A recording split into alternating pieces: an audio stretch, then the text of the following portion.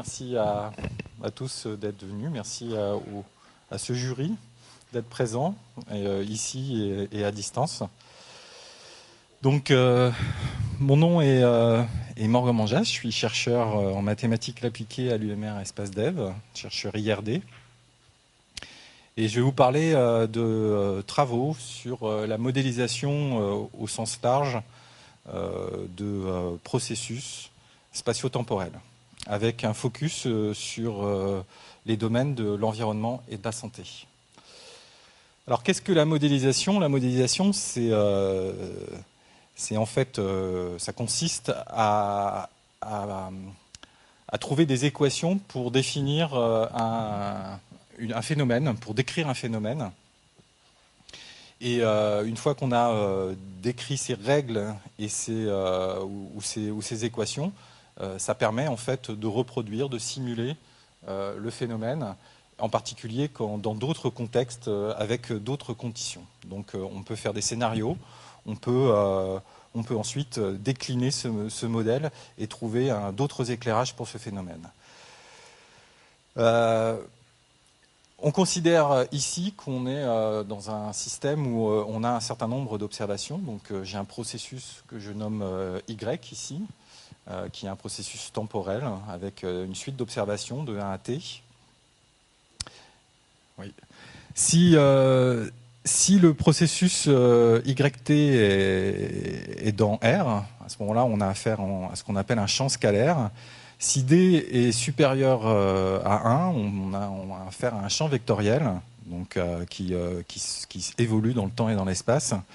Et donc, dans un premier temps, si D égale 1, on a une série temporelle, ce qui est classique. On a un processus en fait univarié avec une série temporelle, mais ça peut aller pour D fortement supérieur à R, dans un contexte vectoriel, à en fait une série d'images qui évoluent dans le temps et dans l'espace.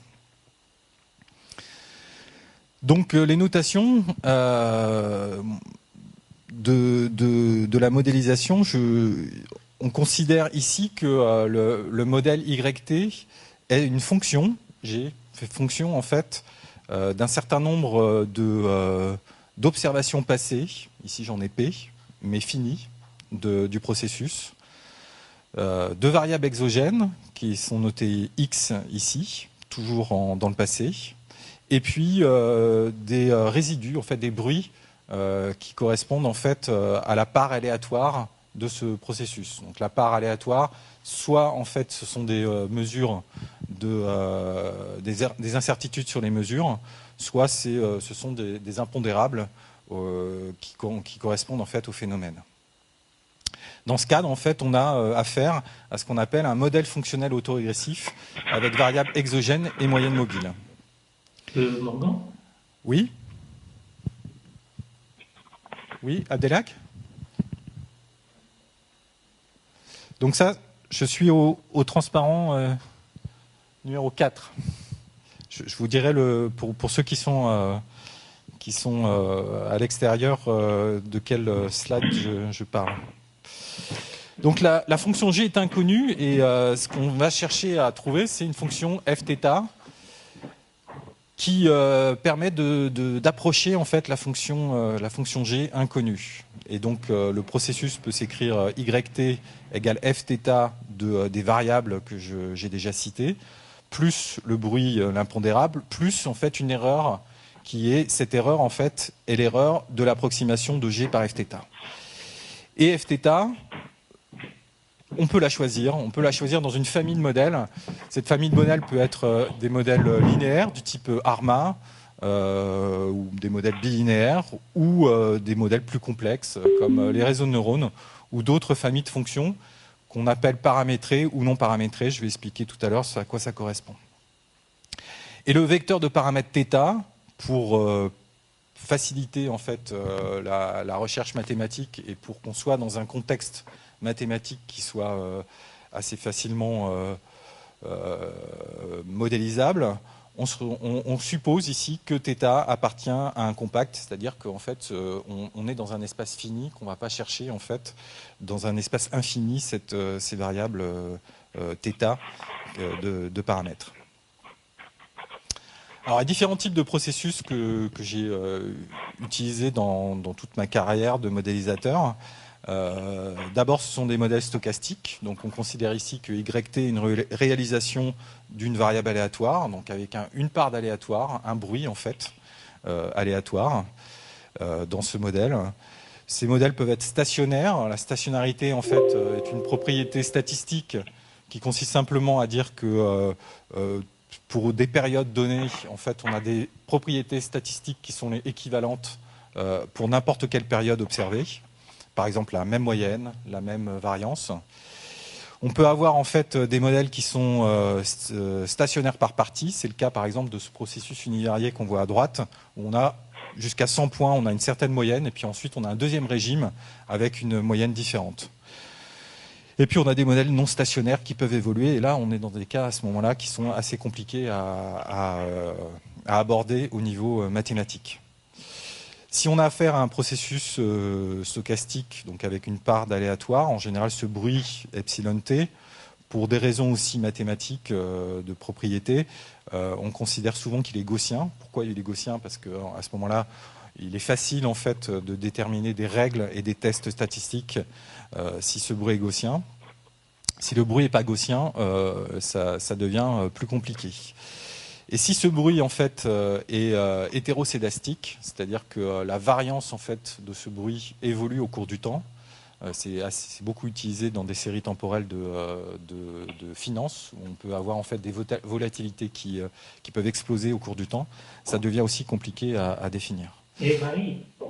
Donc à gauche, vous avez en vert, vous avez en fait un produit, un processus stochastique, et à droite ici dans le biplot de droite, tout ce qui est en vert en fait, vous avez la réalisation de xt contre xt-1, et on s'aperçoit en fait qu'on a un nuage de points qui correspond en fait qui est caractéristique en fait de cette stochasticité.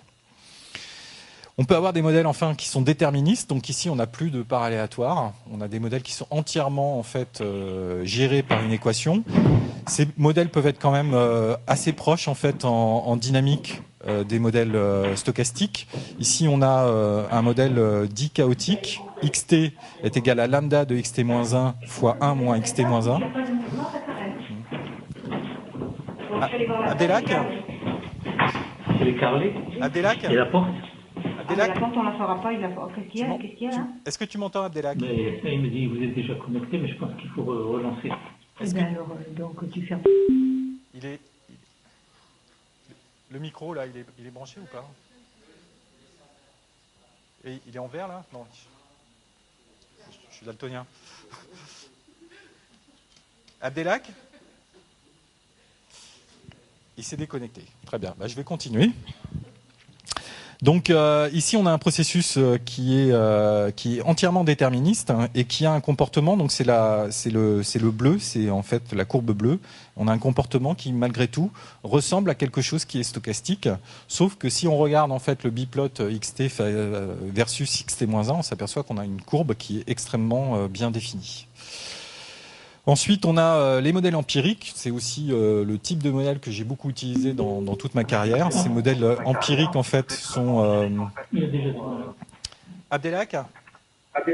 Ouais. Est-ce que tu peux couper ton micro ? Mais il est coupé. Non, il n'est pas coupé, là. On vous entend, en fait. On a un feedback. Ok. Merci.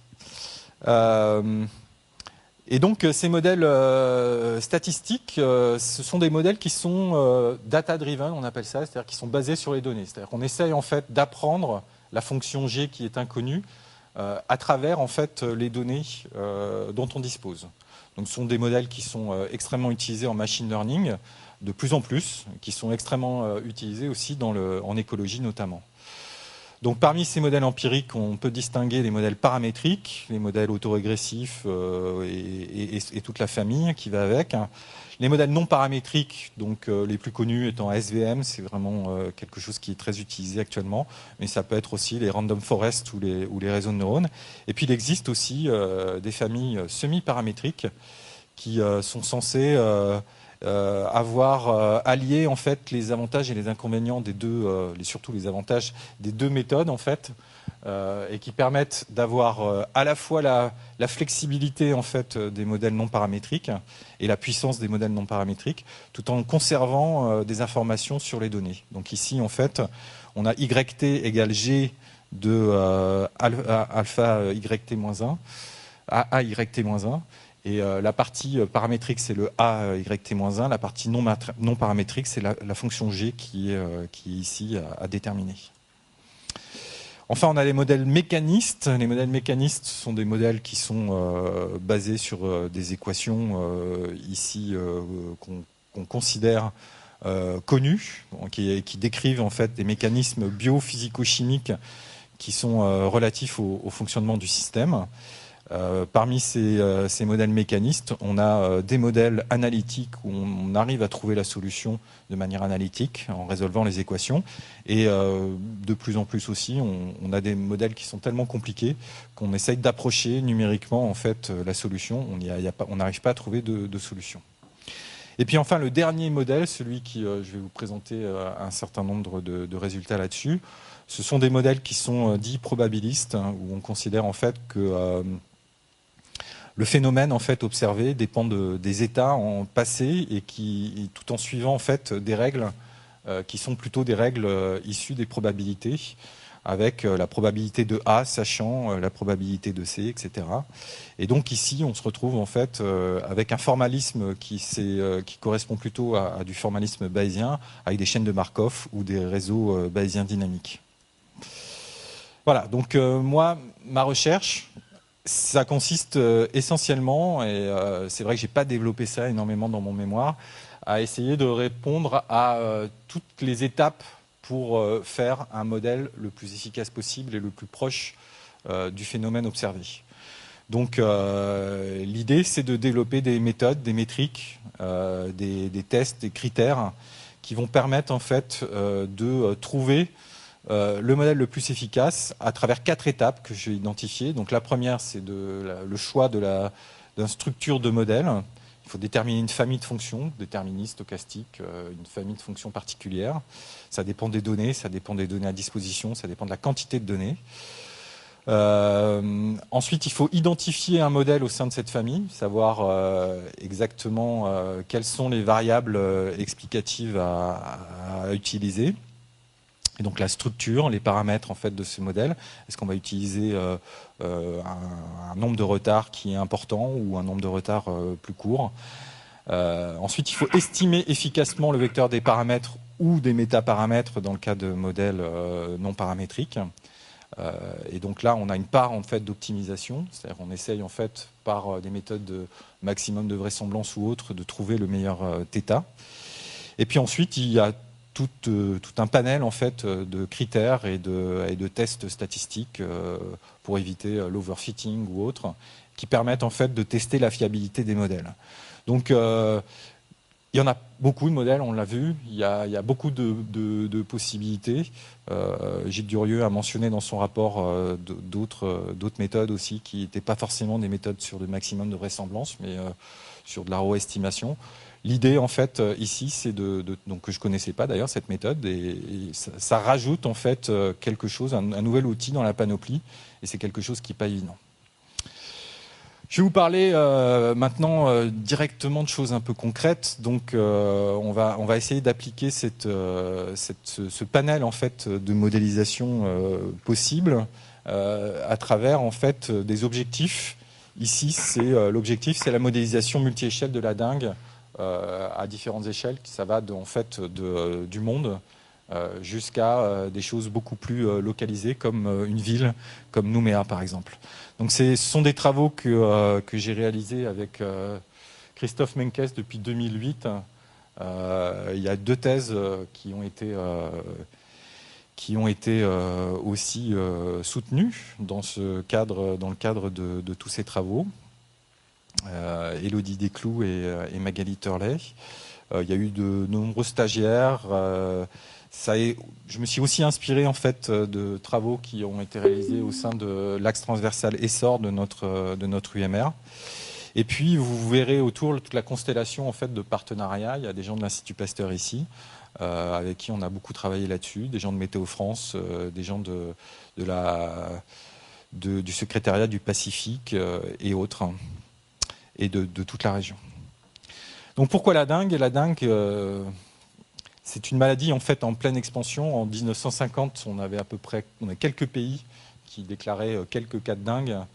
Et actuellement, on est à plus de 100 pays qui déclarent un nombre de cas qui va de 67 à 136 millions d'infections par an.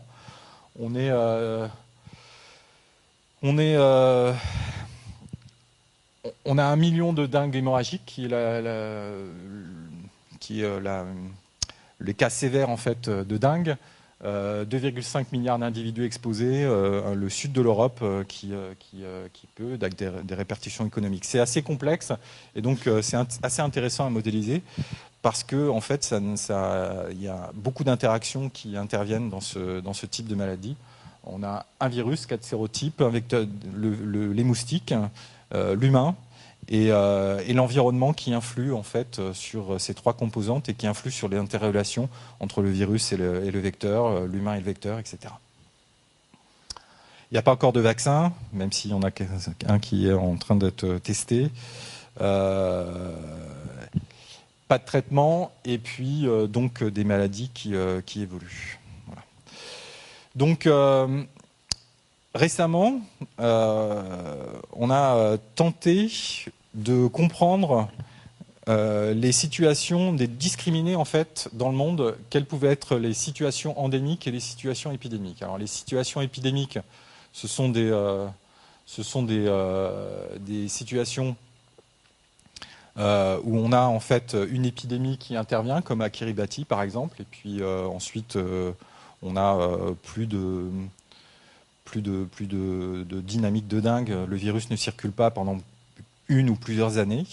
Donc on a en fait des épidémies qui en général sont très importantes et puis ensuite qui décroissent pour atteindre 0 certaines années.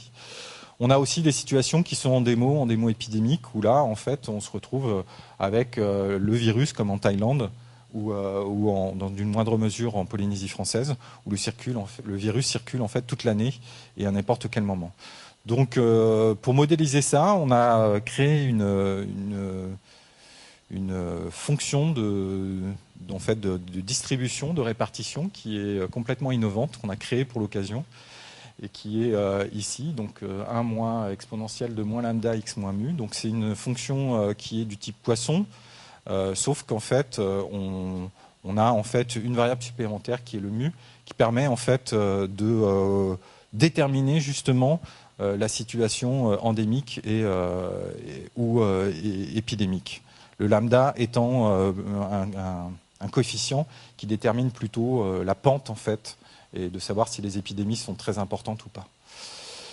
Donc à partir de cette courbe en fait et de cette fonction, on va essayer, alors on voit pas grand chose, mais on va essayer d'approximer en fait dans les différents pays. Donc en bleu, on a les situations qui sont endémiques et qui sont plutôt très bien représentées. Donc le mu en fait est positif. Et puis en vert en fait les situations qui sont épidémiques. Et on essaye d'expliquer après de trouver des moyens de trouver la différence, comment on arrive à discriminer en fait les situations épidémiques de endémiques. Et on s'aperçoit qu'avec pour le mu, avec 2 variables qui sont le log de la population et la moyenne en fait de l'écart de température dans la journée, on arrive à expliquer assez précisément pourquoi en fait on est dans des situations épidémiques dans certains pays et des situations endémiques dans d'autres. À l'échelle du Pacifique, donc ça c'est à l'échelle du monde. À l'échelle du Pacifique, en fait, on a ce type de situation. Donc vous avez ce graphe, c'est la taille du carré, en fait, c'est l'incidence de dengue, c'est le nombre de cas pour 10 000 habitants. La couleur, c'est le sérotype. Et une ligne, un pays. Et on s'aperçoit en fait que dans le Pacifique, donc ce sont des données qui ont été collectées via la CPS et puis Elodie Desclous. Et puis qui s'appuie aussi sur des données de WHO. on s'aperçoit en fait qu'on a des vagues épidémiques tous les 4 à 7 ans qui percolent en fait dans le Pacifique et qui ces vagues en fait atteignent tous les pays, mais à des niveaux de 4 à 7 ans. Donc Magali Turley a très bien décrit ça à travers des ondelettes. Pour le Pacifique, donc si on moyenne toujours le nombre de cas pour une année sur l'ensemble du Pacifique en fait, et qu'on relie cette série temporelle avec des critères du type ENSO. Donc ENSO sont des régimes de temps à grande échelle qui caractérisent des régimes de temps dans le Pacifique. Donc il y a El Niño, La Niño, il pleut plus ou moins à certains endroits du monde en fait. On est capable d'avoir un seul critère, on s'aperçoit qu'on arrive à avoir une corrélation qui est faible mais significative avec ça. Et là, en fait, vous allez voir la puissance en fait, des modèles non linéaires. On a les ronds ici et les croix, c'est pour la Nouvelle-Calédonie, donc la globalité. Et on a en fait un nombre de cas par an. Ce nombre de cas définit si l'année est épidémique ou pas. Et avec deux variables, simplement deux variables, et un modèle adéquat, on arrive en fait à trouver qu'on a trois situations distinctes qui caractérisent la situation épidémique en Nouvelle-Calédonie. Ces trois situations, c'est quand le nombre de jours où la température maximale est inférieure à 32 degrés et quand en janvier, février, mars, on est à moins de 10 à 15 jours, et que l'humidité relative en janvier est inférieure en fait à 80, que le nombre de jours où l'humidité relative est supérieure à 95 degrés est aussi faible en début d'année, à ce moment-là, on a très peu de chances d'avoir une épidémie. Et par contre, on a deux choses qui sont très distinctes. Soit on peut avoir une épidémie, une humidité assez forte et des cas des épidémies, soit des températures fortes et des épidémies. Avec un modèle linéaire, on est incapable en fait de reproduire ça. Vous voyez ici que le modèle en fait reproduit en 2D. On a des noyaux en fait qui apparaissent, qui sont assez proches, assez caractéristiques des kernels utilisés dans les SVM. Une dernière chose, c'est on essaye maintenant de caractériser la dynamique épidémique en Nouvelle-Calédonie et d'essayer de voir comment cette dynamique peut évoluer dans le futur. Donc on a un modèle ici qui est hebdomadaire et on essaye de trouver un modèle qui caractérise en fait le risque épidémie par semaine en fonction de certaines variables exogènes. Les variables exogènes ici sont aussi les températures. Donc on a un modèle ici où Y c'est le nombre de cas par semaine et la fonction G à trouver c'est la relation avec les températures et l'environnement. La particularité ici c'est qu'on utilise la variable qu'on appelle R. La variable R c'est le nombre de cas que génère un cas de dingue dans le futur. C'est-à-dire quand on a un cas de dingue qui génère plus d'un cas de dingue, on est dans une épidémie qui est croissante. Quand c'est inférieur à 1, ça s'écroule. Donc l'idée en fait ici, c'est de trouver les périodes, donc c'est en vert en fait, qui sont favorables à une expansion de l'épidémie. Et puis le reste, en fait, le zéro, c'est les périodes en fait, où l'épidémie n'est pas en expansion. Et on essaye de relier ça avec le climat. Donc le modèle, en fait, vous voyez, le rouge, c'est les résultats en fait, de la modélisation. On arrive assez bien à retrouver en fait, ces périodes d'épidémie. Et à travers en fait, des données qui sont des données environnementales et des données climatiques. Alors une fois qu'on a ce modèle, c'est toute la puissance de ce que je vous disais tout à l'heure avec le type de modélisation. Une fois qu'on a un modèle, on est capable de l'alimenter avec d'autres variables. Donc ici, on va alimenter en fait ce modèle climatique avec des variables issues de l'IPCC et du changement climatique relatif en fait à ce qui va se passer en Calédonie jusqu'à 2100. Et ce qu'on s'aperçoit, c'est que les températures en haut, suivant deux scénarios, donc on va prendre le scénario qui est le Le plus probable, c'est malheureusement celui où la température augmente le plus. Et donc on va avoir une augmentation de 2 à 3 degrés de température en fait en Calédonie, et de quelques degrés. Et si on prend en fait cette augmentation de température et qu'on cale avec le risque de la modélisation d'épidémies de dengue, on s'aperçoit qu'on peut avoir une probabilité d'épidémie annuelle qui s'approche de 1, c'est-à-dire en fait on va se retrouver dans une situation endémique complètement avec des épidémies tous les ans. Tout le reste restant la même chose par ailleurs, ce qui est probablement pas le cas. Donc en noir on a la situation actuelle, contemporaine, le modèle FIT correspond très très bien en fait à ce qui se passe dans le passé, depuis 1970 jusqu'à nos jours. Et ici vous avez le risque qui augmente avec à gauche la probabilité en fait d'épidémie. Si on regarde maintenant ce qui se passe au niveau de intra-annuel, alors on a aussi une augmentation potentielle de la période épidémique qui risque d'arriver jusqu'à 2100. Deuxième maintenant modélisation, on va s'intéresser au pattern spatial de la distribution de dengue en Nouvelle-Calédonie. Donc on a en fait, on essaye d'expliquer pourquoi dans certaines communes on a plus d'incidence que d'autres dans certaines communes.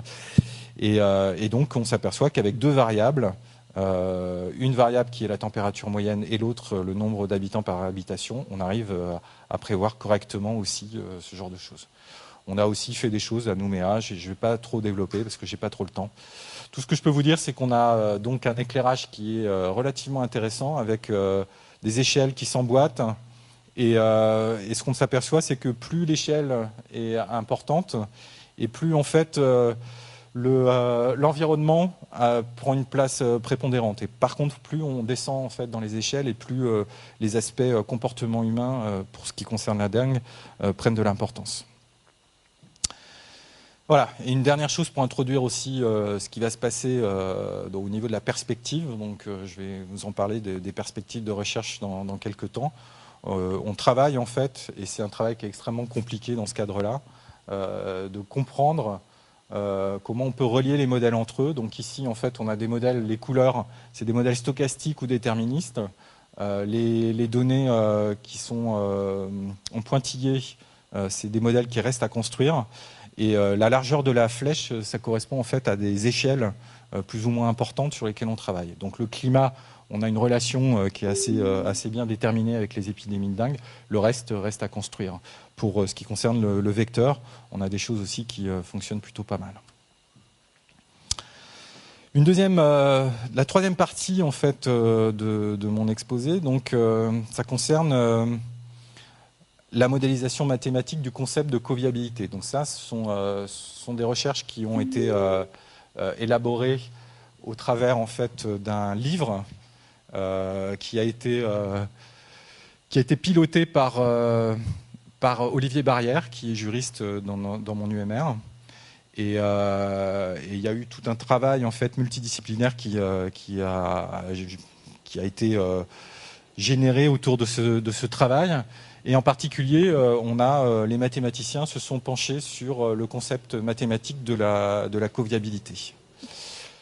Alors c'est quoi la coviabilité ? On a ici un modèle d'équation différentielle classique, hein, donc dt sur dz sur dt, donc le z point, qui est une fonction en fait d'un certain nombre de variables z1, z2, zn. Le u, je ne vais pas en parler, mais c'est une variable de contrôle qu'on peut utiliser pour contrôler le système et qui reste en fait dans un espace bien déterminé. Et puis on a un état initial Z1, Z0 ici, qui nous permet de démarrer le système et ensuite de voir comment ce système va évoluer. Et la fonction en fait de coviabilité, c'est simplement une fonction qu'on pose et qui est telle que le f des différentes variables en fait est égal à 0. On aurait pu prendre autre chose, mais c'est ce qu'on a choisi. Donc l'idée en fait, et c'est Abdelhak El-Jai qui a piloté toute cette partie théorique, on est ici dans un système qui est dit coviable si pour l'état initial reste dans un sous-ensemble K, et si tous en fait, les états futurs de l'évolution en fait, de ce système restent aussi dans K. Donc l'idée c'est de maintenir en fait, le système dans un sous-ensemble qui est considéré comme coviable. Et on a des processus qui sont imbriqués les uns dans les autres.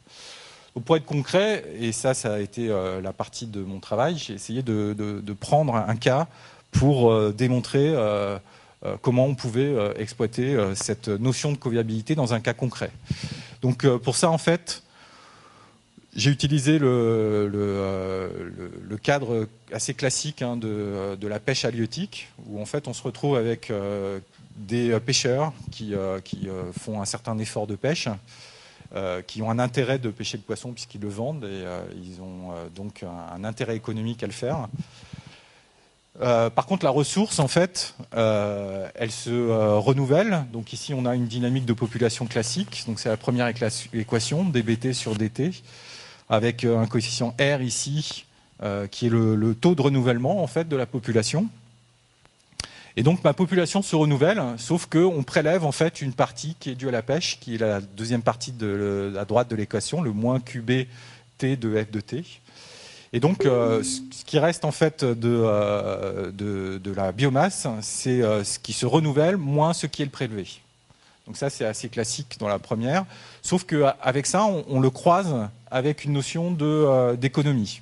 C'est-à-dire que la flotte en fait de navires, la flotte de pêche, elle va augmenter en fait son effort de pêche si elle a un intérêt économique à le faire. Sauf que quand elle va augmenter en fait son effort de pêche, la biomasse va descendre. Et donc on se retrouve avec un système qui est assez classique, où en fait on peut avoir des pêcheurs qui ont tendance à beaucoup plus pêcher pour gagner plus d'argent, sauf que quand la biomasse en fait s'écroule, on va se retrouver en fait dans un système où les deux vont collapser.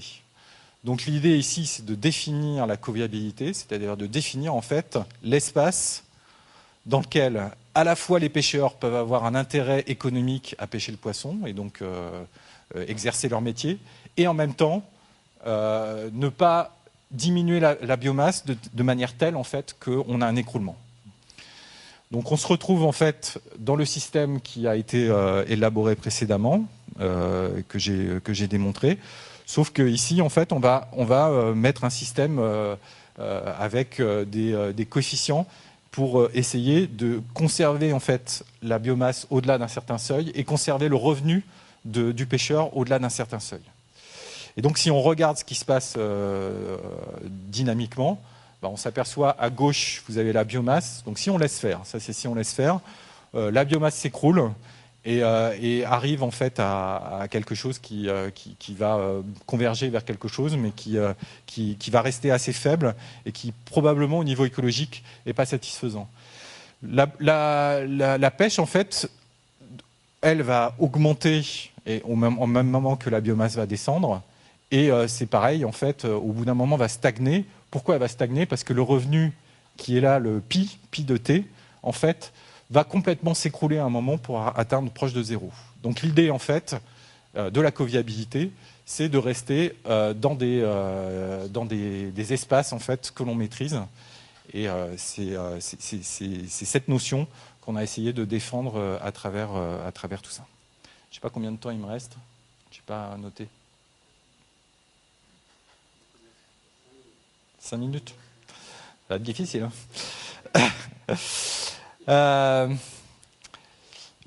Une dernière partie donc, concerne la distribution, enfin la dynamique spatio-temporelle des incendies en Nouvelle-Calédonie. Donc ça, c'est un travail qui a été élaboré dans un projet ANR. Ici, vous avez le partenariat. C'était piloté par le CNRS.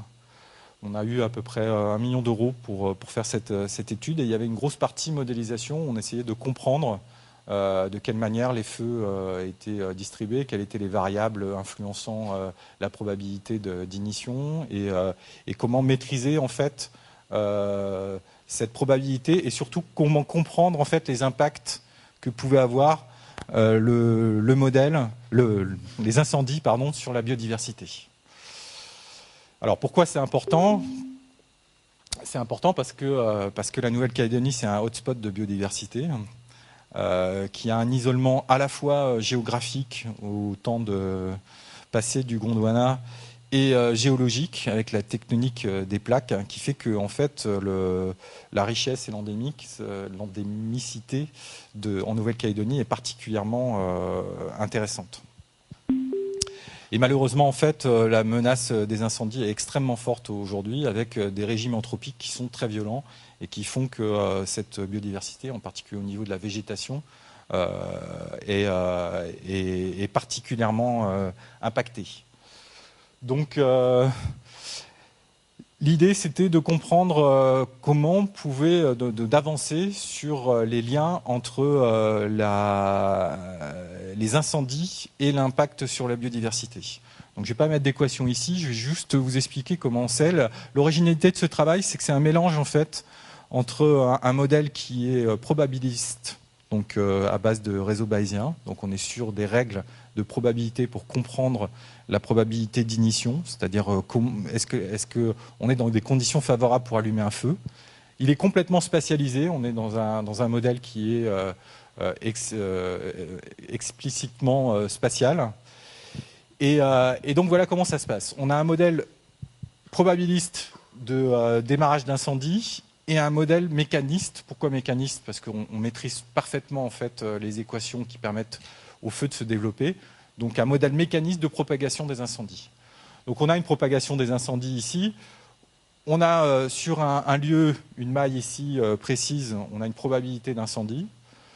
À partir de là, le modèle mécaniste prend le relais. On est en capacité de comprendre où va se trouver ce feu, de quelle intensité il y aura sur le voisinage, etc.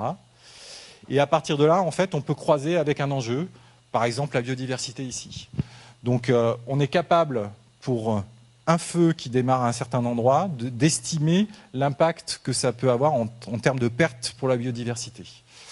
Et donc en croisant les deux, c'est-à-dire en croisant la probabilité d'incendie et ça c'est les géographes connaissent bien ça, en croisant en fait l'aléa et en croisant l'enjeu, on obtient en fait un risque qui permet en fait d'établir et de donner des coefficients pour mieux comprendre quel va être l'impact des incendies. Donc le modèle qui est ici, c'est un modèle classique du type bayésien. Donc on est en fait avec des probabilités qui s'enchaînent. On a trois composantes, une composante sociale, une composante environnementale et une composante climatique. Et on s'aperçoit qu'en mélangeant en fait les trois composantes, on arrive à augmenter de manière très significative la probabilité le bon classement en fait des probabilités d'incendie. Et on arrive à avoir des taux de 80 à 96% sur le passé en termes de reconnaissance des incendies qui ont effectivement été démarrés. Et donc on est capable de croiser ces cartes ensemble et d'essayer d'établir des risques. Donc en fait, ici à gauche, vous avez la probabilité pour une date donnée en fait, de démarrage d'incendie. En C, vous avez la biodiversité, donc on s'aperçoit que tout ce qui est côte oubliée est très importante. Et puis en D, c'est les endroits où il ne faut absolument pas qu'un feu démarre, parce que si ça démarre, il peut y avoir des très gros problèmes. Voilà, donc j'en arrive aux perspectives. Donc tout ce que j'ai fait jusqu'à présent sont l'élaboration de modèles plus ou moins compliqués à destination des gestionnaires de l'environnement ou des gestionnaires de santé.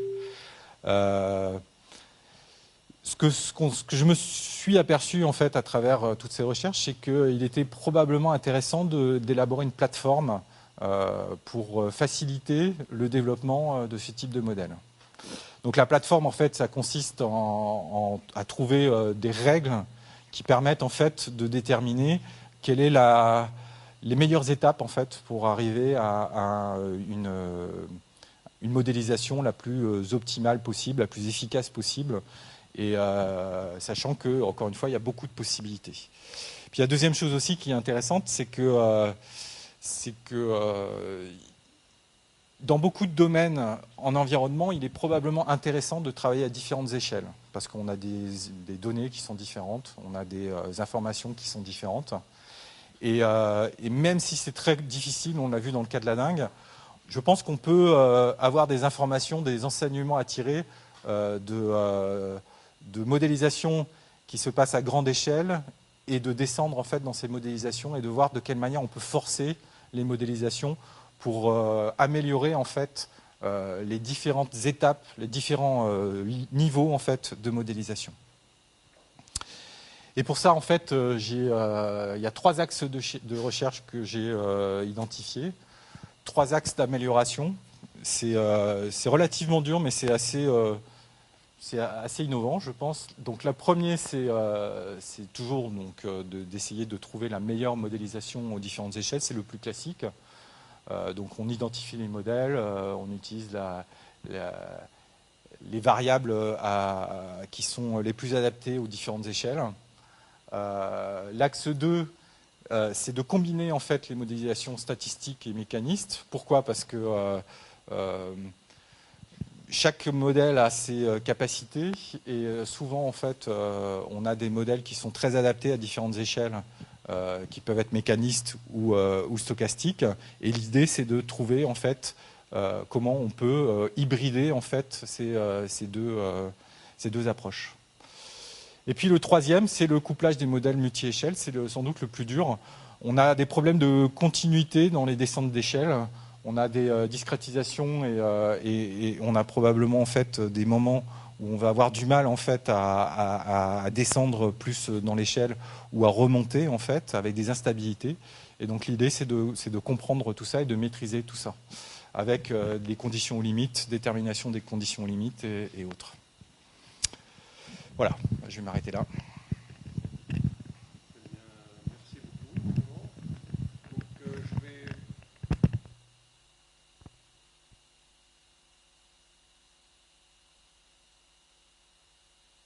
Je ne connais pas tout à fait les noms. Je vais commencer par Conrad. Conrad, c'est bon, tu nous entends? Oui. Oui, tu pourrais poser des questions donc à Morgan sur son travail et sur la... Oui.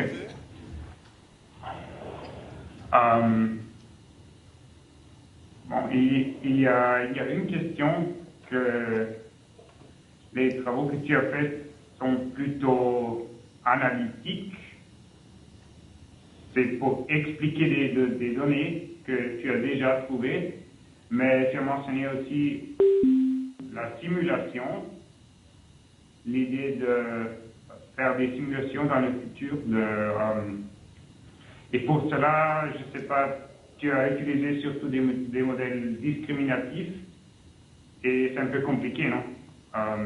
Parce que tu n'as pas accès à la distribution pour le sampling, pour la prédiction.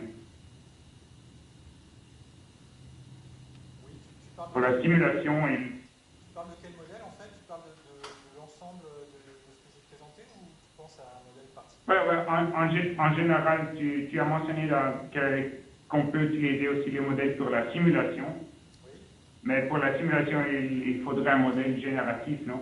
Où on peut trouver, où on connaît la distribution des données et pas seulement la distribution des réponses. Oui, effectivement,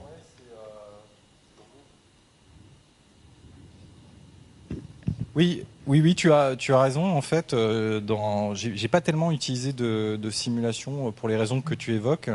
Il y a d'autres travaux en fait que j'ai pas pu montrer ici, mais qui permettent d'avoir des simulations en essayant de poser des scénarios en fait et en essayant de comprendre comment on peut simuler d'autres contraintes. Mais effectivement, j'ai pas pu les montrer ici et c'est un problème difficile. Je sais pas si je peux tellement, je peux répondre autre chose. Je suis désolé. Hein. Ok. Encore une question. Pour moi, tu peux expliquer ta définition de modèle paramétrique versus non paramétrique. Parce que pour moi, par exemple, un réseau de neurones, c'est un modèle bien défini, c'est une fonction paramétrique. Bien, ce sont 20 millions de paramètres, mais quand même, on peut en principe écrire une équation. Donc pourquoi tu l'appelles un modèle non paramétrique? C'est vrai qu'il y a débat en fait.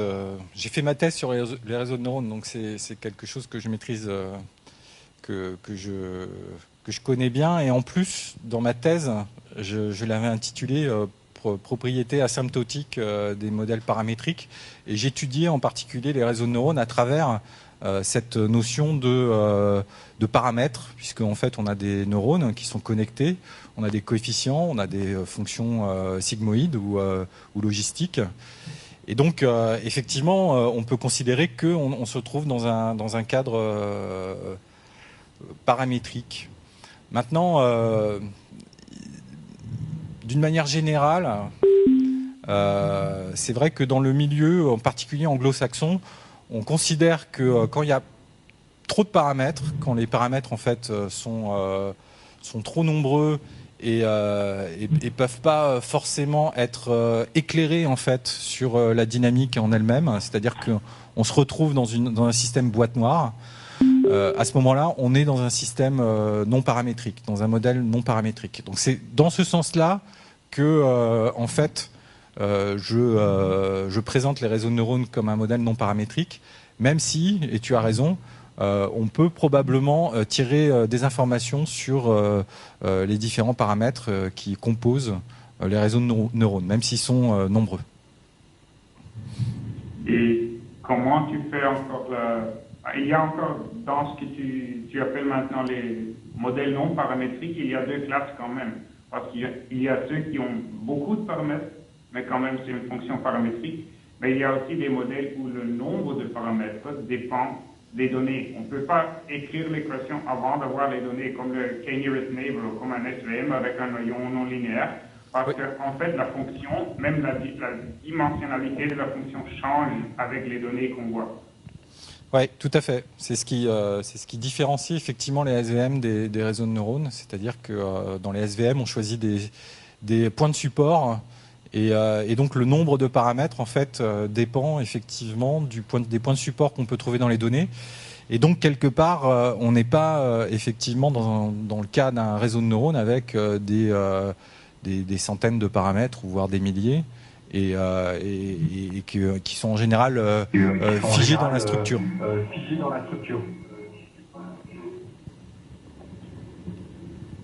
Et en ce qui concerne l'application, pour tes problèmes de santé, d'environnement, on voit une différence là.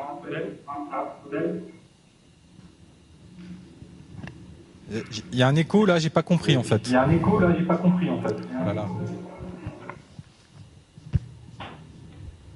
Tu peux reposer ta question?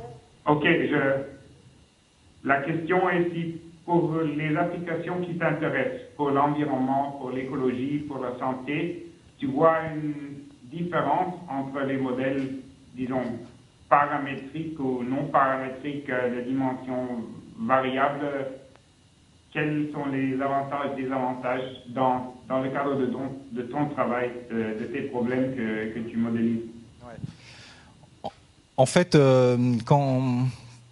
tout dépend de l'objet de recherche et du phénomène observé. Si c'est un phénomène qui est complexe, avec des dynamiques non linéaires, je pense que les modèles non paramétriques sont les plus adaptés. Si par contre on est sur un faible nombre de données avec des dynamiques qui sont relativement bien identifiées, c'est probablement beaucoup plus facile et utile d'utiliser les modèles paramétriques. Alors, globalement, et ça reflète mon travail que je vais présenter ici, je me dirige quasiment maintenant à 90-95% des problèmes. J'utilise des modèles qui sont non linéaires, souvent non paramétriques, parce que je trouve que c'est plus efficace. Le seul problème de ce type de modèle, c'est qu'il faut absolument maîtriser la complexité et utiliser en fait des critères comme la cross-validation, le k-fold ou des choses comme ça, des méthodes en fait qui permettent de maîtriser la complexité de ces modèles. Ok, merci. Maintenant, je vais donner la parole aux collègues de Perpignan. Est-ce qu'ils nous entendent? Oui, je vous entends bien. D'accord. Donc, vous commencez le premier.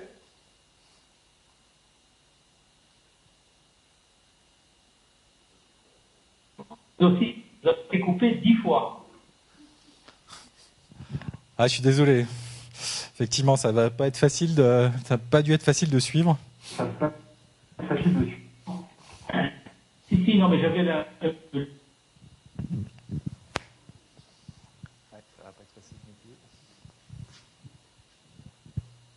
L'exposant dire que je suis heureux de faire partie de ce jury d'HDR de Morgan, que je connais depuis plus de 5 ans maintenant. Je suis d'autant plus heureux. Et l'invité aujourd'hui, que j'ai dans... Et je voudrais rappeler à ce propos dans... Non, en fait,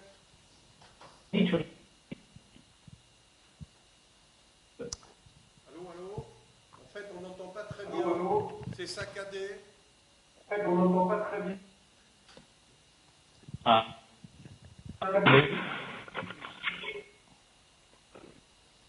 Peut-être coupe la caméra. Est-ce que ça va mieux là? Peut-être coupe la caméra. Non, on n'entend rien du tout, c'est saccadé, et là c'est fixe.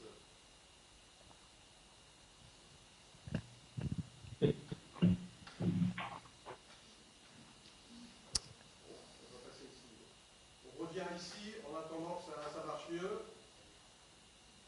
Non.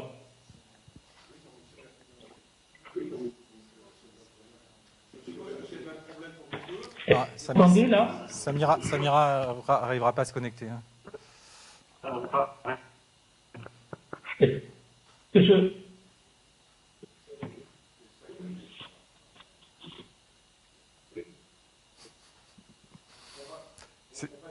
C'est dommage, j'ai l'impression qu'ils aient des gentils.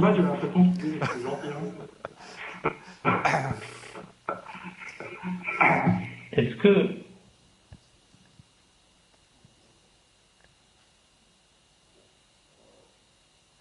On revient ici. C'est mieux, on attend. C'est mieux. Attends. On attend.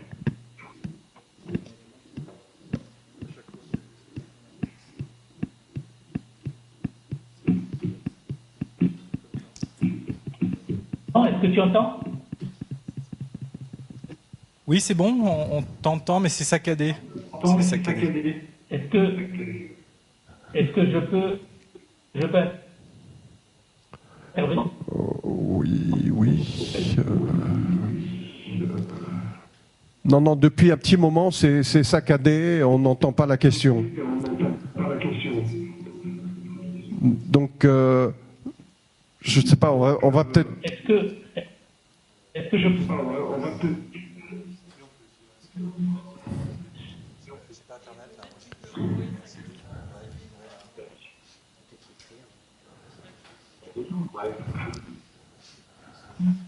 À ton avis, ça va durer ou...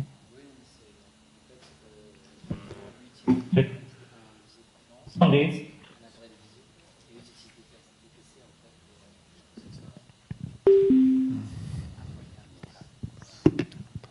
Bon, on va poursuivre. Hein. Donc, je suis désolé pour Perpignan, mais la connexion n'est pas bonne du tout. Hein. Donc, je vais poser... Alors moi, j'ai pas de questions parce que je suis dans un jury sans être du tout de la discipline. Donc je vais m'exprimer sur d'abord le fait que Morgan a su rendre compréhensible. Il n'y a pas un problème d'écho, peut pas être résolu. Conrad, tu peux couper ton micro? Ah, c'est pas Conrad.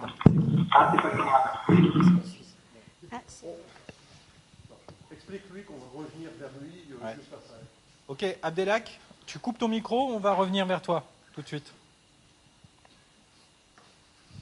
Ok, donc avoir su rendre compréhensible à la fois le parcours de sa carrière et les différentes applications qu'il a su rendre très vivantes dans cet exposé, j'ai trouvé. Et puis ces perspectives qui sont restées affichées et qui évidemment sont importantes pour moi, puisque je vais surtout intervenir au titre de l'UMR dans laquelle est Morgan, et donc sur l'intérêt de ces recherches pour cette UMR. La première chose, ça va être des choses un peu négatives, ou enfin moins élogieuses, sur le fait que dans cette UMR très multidisciplinaire, les modélisateurs que tu représentes aujourd'hui, Morgan, à travers tout ce parcours, fonctionnent pour nous qui ne sommes pas des mathématiciens de façon terriblement simpliste. Par rapport à la complexité de la réalité qu'on essaie de décrire.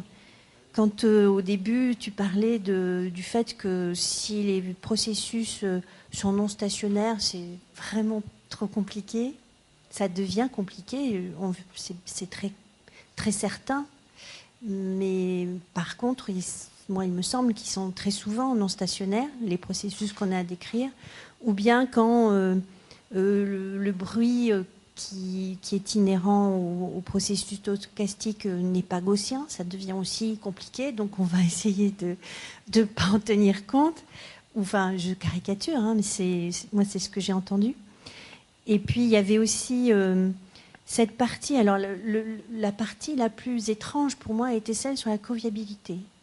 Parce que la coviabilité est un axe de recherche de l'UMR où évidemment la plupart des gens considèrent que la coviabilité serait de reconsidérer totalement la façon dont l'homme agit sur son environnement, dans la mesure où justement on ne voudrait pas qu'il agisse comme le grand horloger de Descartes.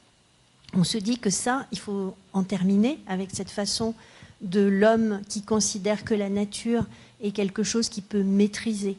Et or, ce que tu as montré de l'aspect un peu mathématique de cette coviabilité, c'est justement comment rester dans un domaine confortable où on ne va pas épuiser plus la biomasse qu'elle ne peut se reproduire ou se ressourcer, en excluant tout ce qui fait du problème de la coviabilité cette chose très complexe qu'on essaie d'appréhender sous toutes ses formes. Donc ça, c'est l'aspect qui, dans notre UMR, est toujours... ces modélisateurs, vraiment, ils veulent rendre la réalité tellement plus simple que ce qu'elle est en réalité qu'on n'arrive pas à s'y retrouver. Nous, les autres, qui essayons de trouver des formules ou des façons de rendre intelligible ce qui se passe, mais pas en essayant de ne pas le simplifier à l'extrême, pour ce qu'on considère, nous, à l'extrême. Donc ça, c'était oui, tout ce qui ressort de cette difficulté que toi, en tant que modélisateur, tu as certainement à essayer de décrire avec des gens qui ne comprennent rien aux mathématiques, des phénomènes qui sont des phénomènes très complexes, que ce soit tous ceux auxquels tu t'es attaché à décrire sont des phénomènes extrêmement complexes. Et puis, j'ai noté aussi, mais c'est plutôt pour rire, commodément, il y a toujours deux variables qui expliquent une grande partie du problème, ce qui est quand même super bien pour en rendre compte de façon graphique.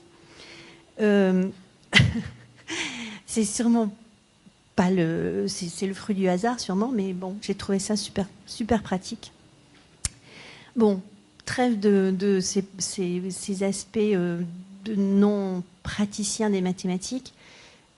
Et revenons à des choses peut-être plus sérieuses. Je suis évidemment très très intéressée par les perspectives que tu évoques. Je pense qu'effectivement c'est à la fois novateur et super intéressant pour ce qu'on envisage d'étudier dans notre EMR, que c'est aussi une voie de recherche qui est alors, j'allais dire à la mode, mais c'est parce que justement dans tout ce qui est modélisation intégrée, moi je travaille plutôt sur les surfaces continentales, donc j'ai plutôt l'habitude des modèles qui traitent de la circulation de l'eau par exemple, à la surface de la Terre, et c'est clair que cette démarche de modélisation couplant divers types de modèles, on en a besoin, on a besoin de cette boîte à outils que tu proposes de construire, de cette plateforme.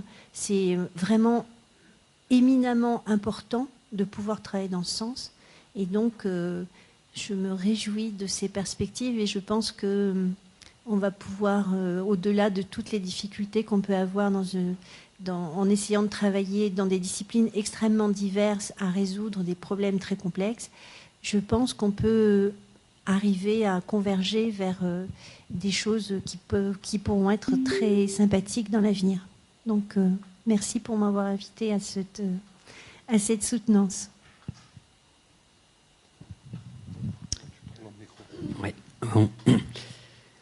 Bon ben, donc Morgan vient dans mon UMR. J'ai pas de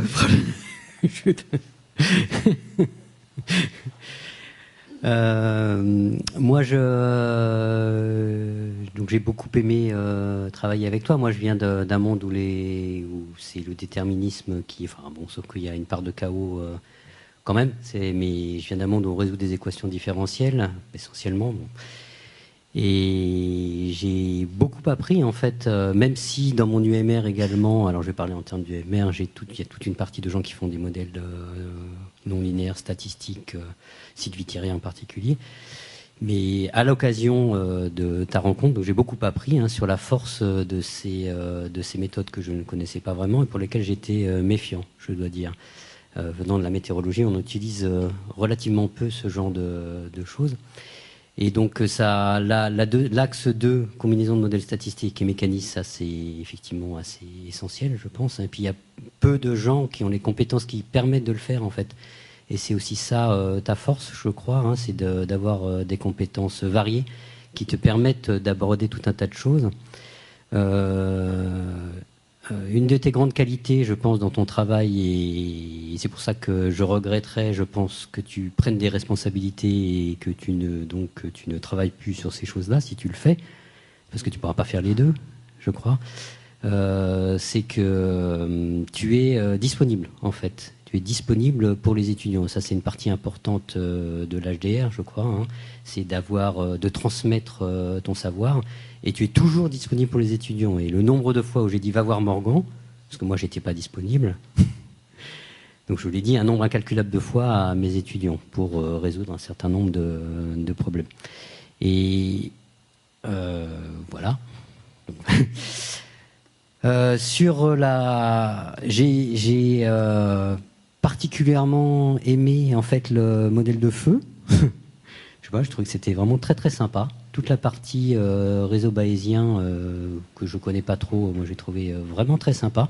Et donc c'est peut-être dommage en effet qu'il soit pas ou peu utilisé au potentiel qu'il a en Nouvelle-Calédonie. Donc ça on peut en discuter avec les gens de Météo France ou autres. Mais j'ai aimé parce qu'effectivement, là, il combinait en même temps des modèles statistiques et des modèles de propagation mécaniste. Et donc, moi, ça me satisfaisait intellectuellement, en particulier. Alors, quand j'ai commencé le chapitre coviabilité, c'est ça, oui, coviabilité, je me suis dit, en fait, le chapitre coviabilité, j'ai été un peu déçu par ça parce que je me suis dit, on va avoir un formalisme qui va... En fait, ce que j'attendais dans ce chapitre, c'est d'avoir, comme un peu dans un espace mathématique, des règles ce formalisme mathématique fixe des règles qui allaient nous permettre de contraindre les processus. Par exemple, on a un système d'équations différentielles. Dans cette logique mathématique, on a fixé des règles, on a des propriétés des équations, on a les propriétés qui font que il y a quelque chose de particulier à cette notion de coviabilité. Parce que là, dans le chapitre tel qu'il est, mais j'ai bien vu qu'il y avait une littérature abondante, donc il faudrait que je m'y plonge. Bon, je ne sais pas si je le ferai.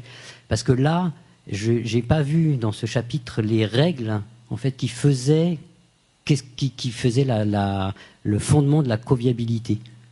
À part des notions qui me semblaient des notions de bon sens, en fait. Et l'exemple que tu donnes, c'est reconsidérer ces deux équations différentielles en se disant, je veux que B soit là et que F soit là. J'ai pas vu, si tu veux, qu'est-ce qu'il y avait de fondamental là dans ce chapitre-là. Parce que moi, je m'attendais à ce que y ait des règles mathématiques qui nous disent on est obligé d'avoir des fonctions qui sont régulières comme ça, on est obligé d'avoir une combinaison de machin, je sais pas trop quoi, qui font que ça, et donc ça contraint le problème comme ça. Donc c'est juste, je pense, la manière dont c'est écrit, à moi de m'y intéresser. Sur l'exemple que tu as donné des fisheries, donc les gens font déjà, on en a parlé, ces diagrammes, ils font des diagrammes. Je ne sais plus ce qu'ils font. Ils font des diagrammes en 2 dimensions, en effet, où ils ont des espaces où ils disent là c'est viable, là c'est pas viable. Il y a overfishing ou pas overfishing. Donc c'est utilisé, peut-être pas de cette manière-là, mais c'est utilisé comme ça en écologie. Voilà. Et donc sinon. Je redis que, si tu veux, j'ai vraiment beaucoup appris à ton contact. J'ai beaucoup apprécié travailler avec toi. Je pense que tu es vraiment quelqu'un de très aimable scientifiquement, et ça compte beaucoup. Je crois que tous les gens qui ont travaillé avec toi l'ont senti. C'est facile de travailler avec toi. C'est pas toujours le cas avec d'autres chercheurs. Il y a toujours des points de litige. Moi, je ne t'ai jamais vu t'énerver, et c'est vraiment un plaisir que de t'avoir côtoyé. Donc je pense que c'est également le cas pour les étudiants. Donc je te félicite pour ton travail. Merci. Voilà. Donc moi j'ai une question, c'est quand tu parlais de paramètres, que tu en avais beaucoup. Donc notamment quand tu prends tes modèles aléatoires. Donc ces paramètres sont des espérances, des variances, des covariances. Donc tu peux pas définir des sortes de matrices de covariance où tu aurais par exemple ces paramètres et donc faire une sorte d'ordre là-dedans, donc les ordonner plus ou moins, et donc plutôt prendre les paramètres qui sont dans le haut de l'échelle, les plus importants. Oui, c'est ce qui est utilisé. Alors, quand on parle ici de paramètres, on est plutôt sur les coefficients qui caractérisent en fait la fonction. Maintenant, ça peut être effectivement, pourquoi pas, des moments, des variances pour certains processus en fait, et ça peut être donc considéré comme des paramètres. Et après, comme tu dis, on peut essayer de trouver des tests qui permettent de dire que un paramètre est plus significatif que d'autres ou plus pertinent que d'autres, les hiérarchiser, trouver effectivement par exemple une matrice, effectivement on pourrait penser qu'on a les valeurs propres et essayer de prendre la valeur propre la plus importante. C'est effectivement des choses qui peuvent être faites globalement.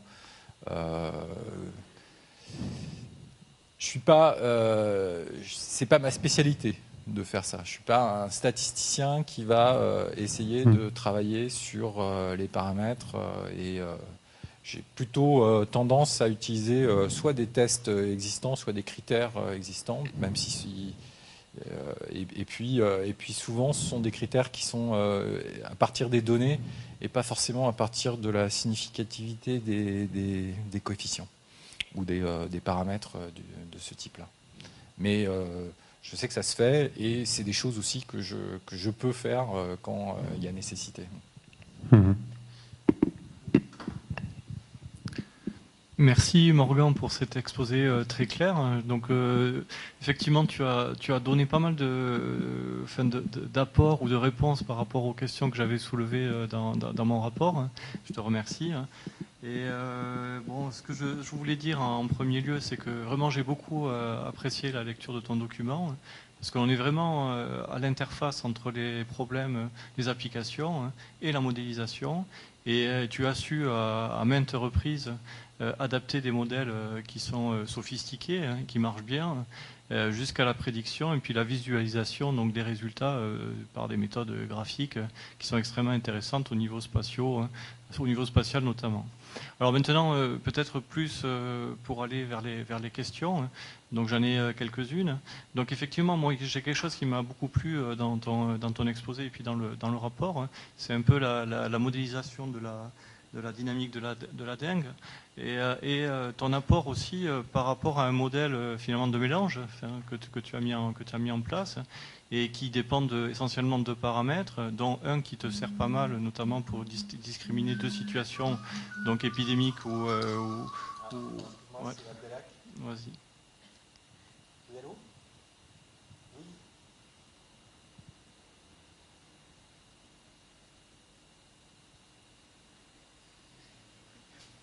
C'est des étudiants, je fais des maths. D'accord, très bien. Bah, si tu peux faire ça, effectivement. Envoie-le à Dominique.Simpler. Écoute, si tu veux, je t'envoie l'adresse email dès qu'on a fini. D'accord ? Je t'envoie la personne à qui. Avant la fin. Très bien. D'accord, je fais ça. Merci. Ok. Abdelak souhaite écrire en fait. Ouais, très bien. Son truc. À qui on l'envoie en fait ? Moi j'ai un ordinateur, s'il peut me l'envoyer à moi. Donc, Vous avez l'adresse d'Abdelak ? Oui. Ça, on pourra. Oui. Ouais, donc je reviens sur cette histoire de modélisation de la dynamique finalement avec un modèle de mélange que tu as mis en place avec deux paramètres. Il y avait le paramètre lambda et mu de mémoire que tu as utilisé. Et donc finalement, au travers de l'estimation de ce paramètre mu, donc par une méthode d'estimation que tu as utilisée, donc basée sur du maximum de vraisemblance, on va dire avec un critère de robustesse que tu as mis en place, tu as pu finalement discriminer deux situations d'épidémie. Donc ça c'est extrêmement important. Donc oui, là ma suggestion ce que je proposais, c'est qu'effectivement le maximum de vraisemblance c'est bien, l'estimation du maximum de vraisemblance, mais finalement ça marche bien aussi, mais que dans des conditions finalement avec des conditions relativement fortes au niveau des hypothèses. Et dès que l'on sort de ces conditions assez fortes au niveau des hypothèses, les fonctions, indépendance, etc., ben on est un peu démuni et on n'a plus de résultats. Donc là, ce qui serait intéressant, effectivement, c'est peut-être d'aller vers des estimations robustes de type maximum de vraisemblance, via de la roestimation, par exemple. Et là, il y a des résultats limites qui existent. Et donc ces résultats limites qui existent, via des théorèmes limites centrales, notamment, te permettraient de mettre un petit peu de significativité dans ces résultats. C'est-à-dire que tu pourrais dire, voilà, on discrimine donc deux états avec un risque d'erreur de 5%, par exemple. Tu pourrais donner un critère statistique via un test d'hypothèse. Une fois que tu as la convergence asymptotique, bah, tu peux construire un test d'hypothèse et à partir de là, donc, aller vers ce type de conclusion. Alors ensuite, par rapport à une autre approche, moi, qui m'a beaucoup plu, parce que j'aime bien les régressions de type support vecteur machine, donc les régressions SVM. Effectivement, dans ce genre d'approche, en régression, donc on va dire non paramétrique, tu as besoin, si tu veux, il y a tout un tas de paramètres, donc ce qu'on appelle des hyperparamètres qu'il faut fixer, donc qui sont en général fixés. Il y a des fonctions qui font ça. Je ne sais pas sur quel logiciel tu as utilisé ça. Hein. Non, sur R, ouais. Voilà. Donc, et au niveau du noyau, tu as utilisé le noyau radial gaussien. Oui, le radial gaussien, c'est le polynomial. Ça dépend en fait de ce qu'on désire faire. Le problème de... Est-ce que tu veux continuer ou je Non, vas-y, tout de suite. en fait, le radial est parfaitement pertinent quand on a un modèle qui sur un espace un peu fermé. Dès lors, par contre, on a des modèles qui sortent en fait de l'espace. C'est souvent plus intéressant d'utiliser du polynomial ou autre.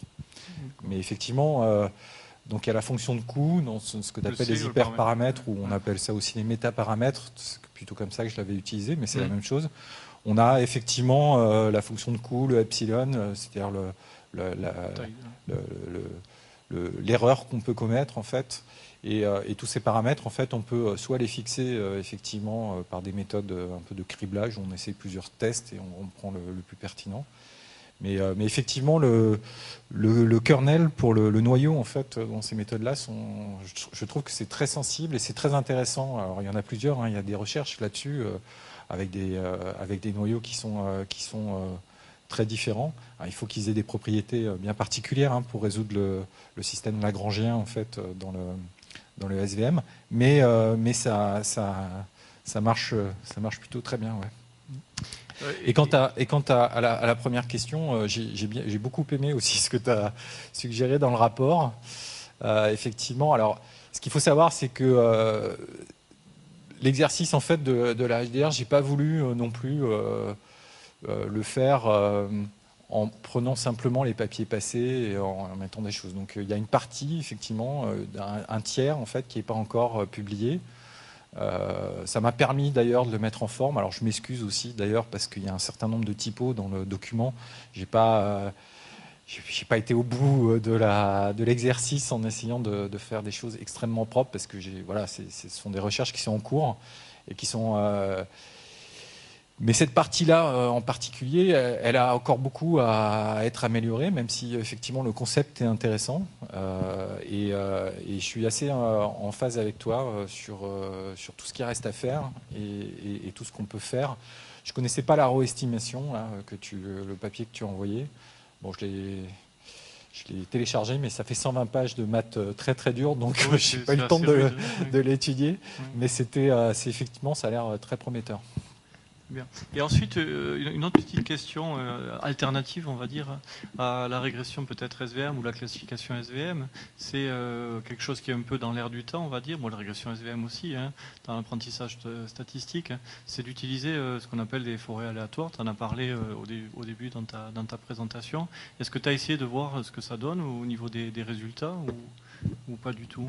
Si, moi j'avoue que les articles qui disent le random forest ça marche mieux que le SVM et tout ça, ça dépend tellement du tuning qu'on fait, ça dépend tellement de choses que ça me paraît assez délicat. Alors il est possible hein, que le random forest donne de meilleurs résultats.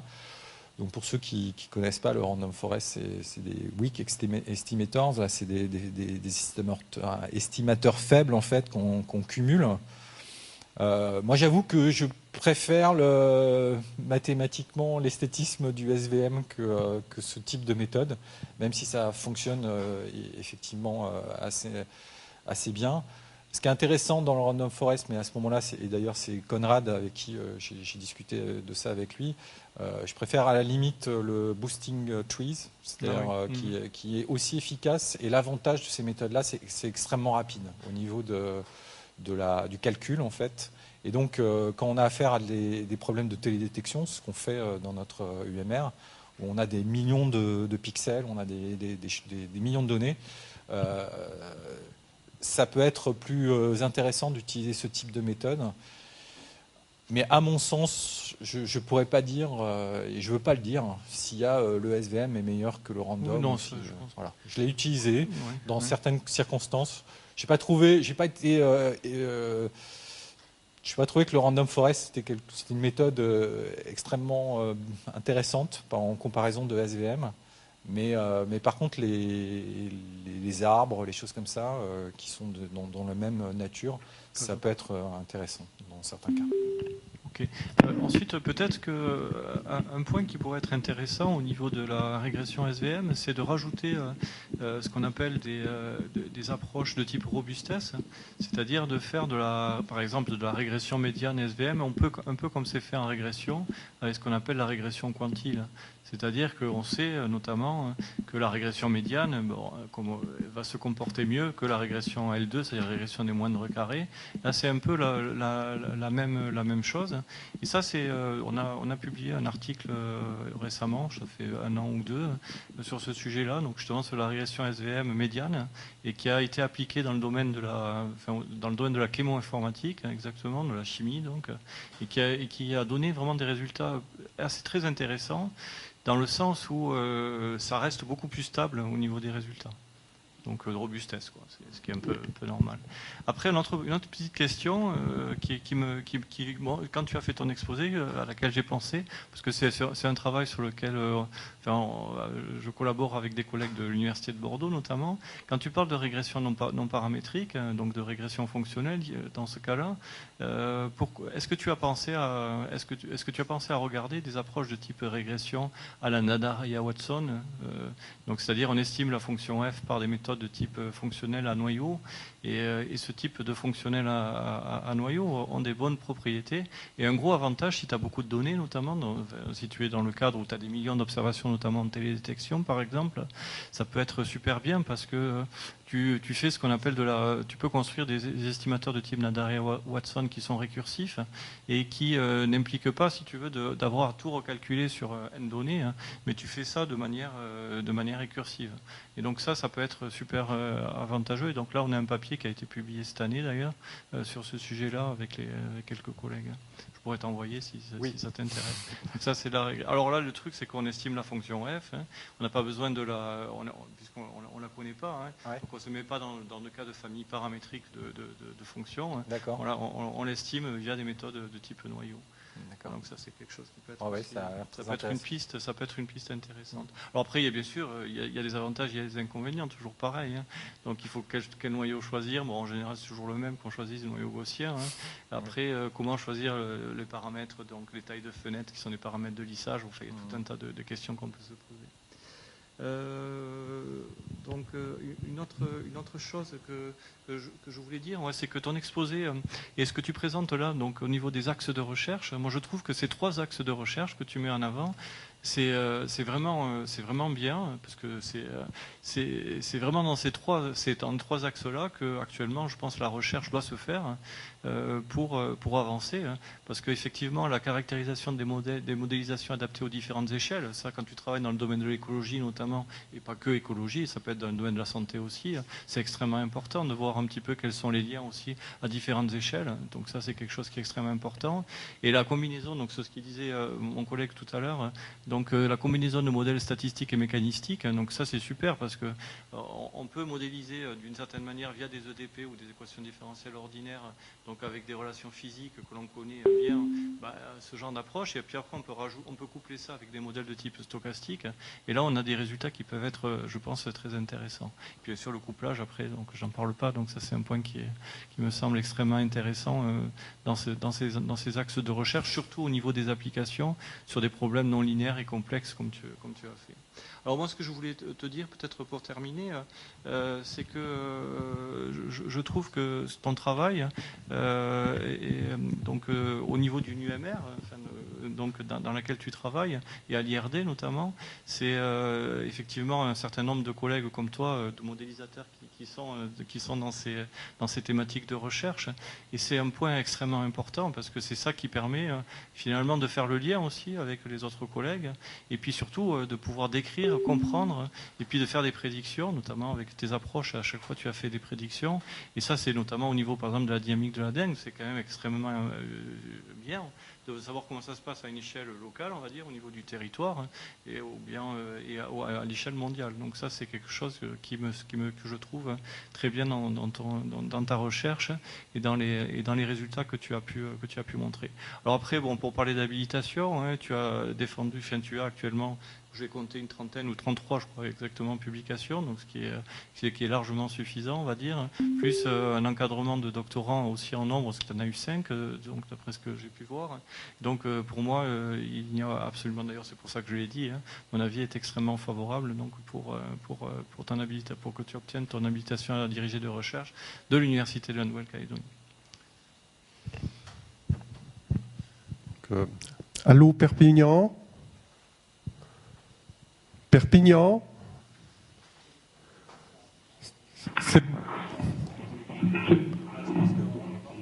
Donc, oui. Morgan? Oui. J'ai envoyé une page de questions et de remarques. Très bien. C'est bien, on est en train de la récupérer. Je te remercie. Je suis désolé pour ces problèmes techniques. Alors c'est où je lis.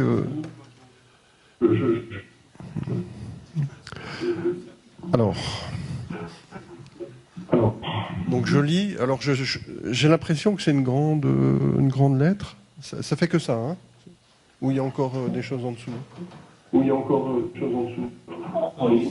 Il y a 2 pages. Ah, il y a 2 pages. Donc je lis tout. Hein. Alors, bon, je lis. Alors, mesdames et messieurs les membres du jury, mesdames et messieurs, je regrette tout d'abord de n'avoir pas fait le voyage, voilà, malgré les efforts de Morgan. Donc, je suis heureux de faire partie du jury d'habilitation à diriger des recherches de Morgan Manjas, que je connais depuis un peu plus de 5 ans. Je suis d'autant plus heureux que les activités de Morgan s'inscrivent dans l'interdisciplinarité et l'interdisciplinaire fait progresser la science. Je m'explique. Quand on regarde les travaux de Morgan, on peut dire que Morgan est autant matheux que numéricien, que modélisateur, que spécialiste de modèles en environnement, santé, épidémiologie, etc. Et savoir briser les frontières disciplinaires est un grand atout aujourd'hui devant la complexité des problèmes. Même si malheureusement on ne reconnaît pas encore l'interdisciplinarité dans les instances de décision. Donc ça va venir. Alors je voudrais simplement rappeler à ce propos que l'interdisciplinarité fait avancer la science et ce depuis toujours. Dans un article de G. Whitford, publié dans Nature en 2006, l'auteur s'est penché sur la nature scientifique des diverses distinctions scientifiques délivrées dans le monde au cours du siècle dernier, et il a constaté de 90% d'entre elles relèvent de diversité scientifique. Alors, on revient vers la thèse de Morgan. Oh là, j'ai fait un truc, j'ai pas fait ce qu'il fallait. Voilà. En ce qui concerne la synthèse des travaux, Morgan Manjas a organisé ses travaux en 2 rubriques qui sont intitulées « L'analyse et le traitement des données » d'une part, « L'optimisation et le contrôle » d'autre part. Mais compte tenu de la diversité que j'estime être positive et de la richesse de ses activités, des outils et problèmes qu'il a abordés, il aurait tout aussi bien classé les travaux d'autres manières faisant ressortir les mathématiques appliquées et la modélisation, entre autres. Venons-en au travail. L'ensemble du travail de M. Morgan Manjas, qui fait l'objet de cette soutenance, est très riche. Il est inutile de comptabiliser les travaux et publications. Ce qui compte évidemment et avant tout, c'est son aptitude, son habilitation à diriger des recherches. Et pour cela, je voudrais dire plusieurs choses. Personnellement, je l'ai vu entreprendre des démarches d'ouverture scientifique ou tout simplement des démarches vers l'autre, en particulier vers notre groupe de recherche, depuis que nous avons intégré l'unité. Ceci montre, au-delà de l'ouverture, sa réelle capacité à établir des connexions scientifiques. Donc, son activité scientifique montre le réseau de connaissances et de relations scientifiques au niveau international.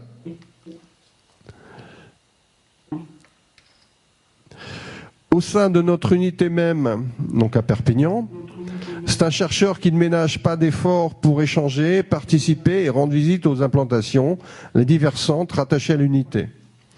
Ceci est bien la preuve de ce qui fait une habilitation. Toutefois, je voudrais demander à Morgan Manjas quelques précisions d'ordre général. Donc voilà, question.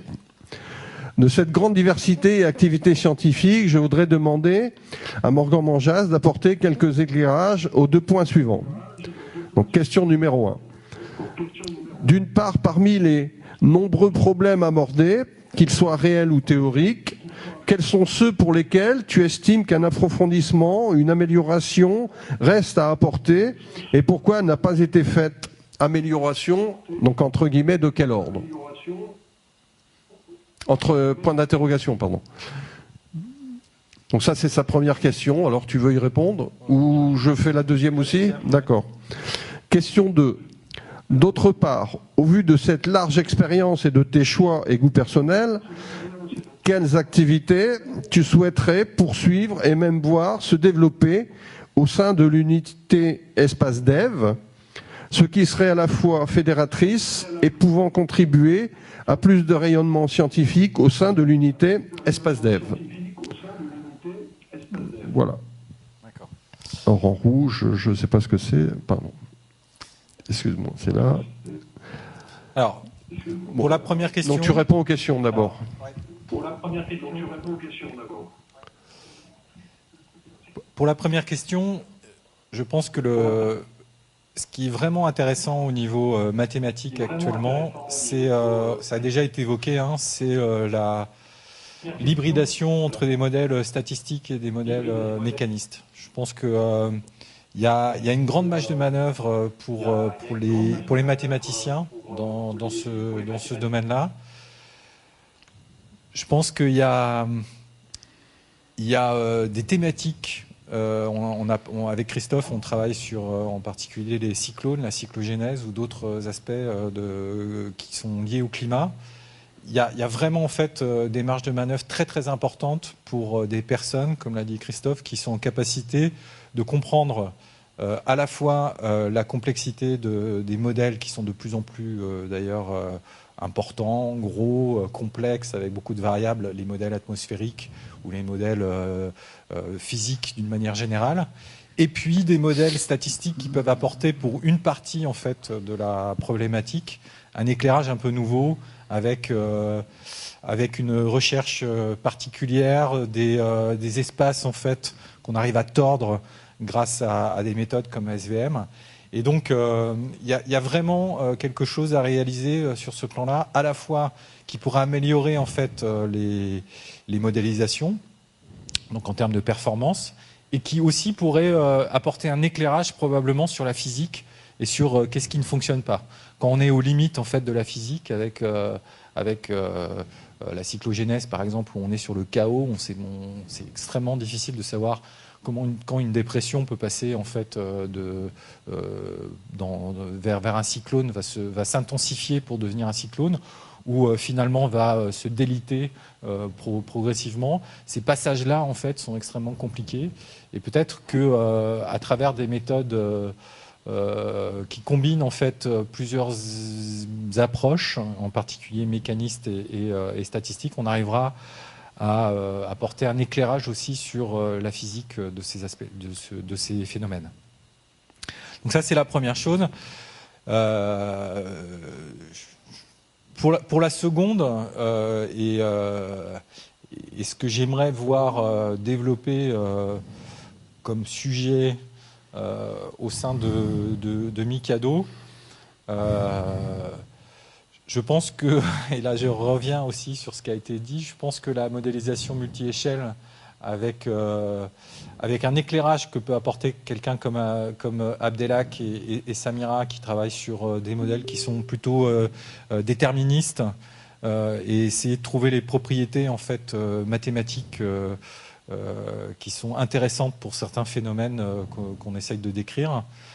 C'est probablement intéressant de trouver les conditions aux limites de changement d'échelle, et ce sont des gens qui sont, je pense, en capacité de le faire, et en même temps des gens qui ont des gens avec mon profil, où en fait on peut tout à fait discuter sur ces aspects-là et avancer ensemble pour améliorer trouver des solutions à certains problèmes qui peuvent être très très difficiles. Voilà. Oui, non, mais c'est bien d'avoir des modèles, il faut aussi les valider quelque part. Oui. Perpignan. Oui, j'ai pas fini, mais je me demande si ça marche ou pas. Non. Bon. Alors, donc, il a pas de. Donc, je lis la fin. D'accord ? Donc, un PS en rouge. Alors, je regrette de n'avoir pas été présent pour mieux expliquer le concept de coviabilité dont tu as parlé, sur le plan mathématique et l'importance qu'il revêt pour toute application, en réponse aux questions de 2 membres du jury. Alors, en conclusion, j'ai participé à plusieurs jurys d'HDR et on a là, dans le cas de M. Morgan-Manjas, les clés qui montrent son aptitude à être habilité. Finalement, l'ensemble des travaux, les publications, l'expérience d'encadrement, les connexions et collaborations internationales et le réseau qui a été établi le qualifient sans nul doute pour être habilité à diriger ses recherches. Par conséquent, j'appuie le travail de M. Morgan-Manjas et sa qualification à être habilité à diriger des recherches sans aucune réserve et je le félicite pour l'ensemble de sa trajectoire scientifique. Mais en fait, à chaque fois, je me demande s'il nous entend bien. Abdelhak, vous nous entendez ou pas? Je vous entends très bien. Ah, d'accord. Voilà. Ben, ça va mieux pour nous. C'est vous qui ne m'entendez pas. Donc, si vous avez une question à Morgan, parce qu'on s'entend bien là pour l'instant. D'avoir lu. Non, c'est perdu. Ah, c'est dommage. Allez-y, allez-y. Je vous remercie. Non, non, ça a fonctionné quelques secondes en fait. Merci à Abdelhak pour son intervention qui a été lue. C'était et je suis désolé aussi que tu aies pas. Mais l'autre collègue Samira, est-ce qu'elle nous entend?